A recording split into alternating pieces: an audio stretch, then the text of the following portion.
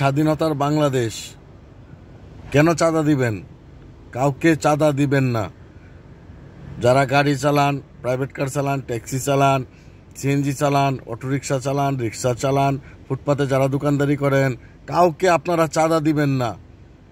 এক ভাই বলতেছে যে আগে আসতো আওয়ামী লীগ, এখন চাঁদা নিয়ে যা বিএনপি। আওয়ামী লীগও বুঝি না, বিএনপিও বুঝি না। আপনারা কাউকে চাঁদা দিবেন না, দয়া করে কাউকে চাঁদা দিবেন না।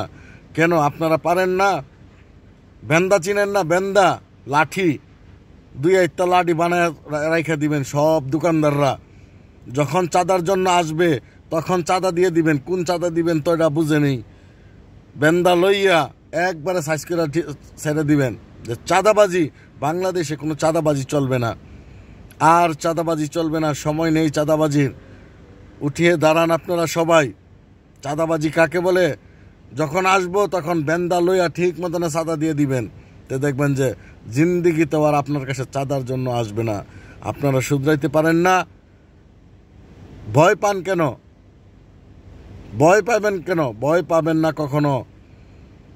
বাঁচতে হলে সিংহর মতো গর্জন দিয়ে বাঁচবেন, আর না হলে ঘরে চুরি করে ঘরে বসে থাকবেন। ধন্যবাদ সবাইকে, ভালো থাকবেন। আল্লাহ হাফেজ।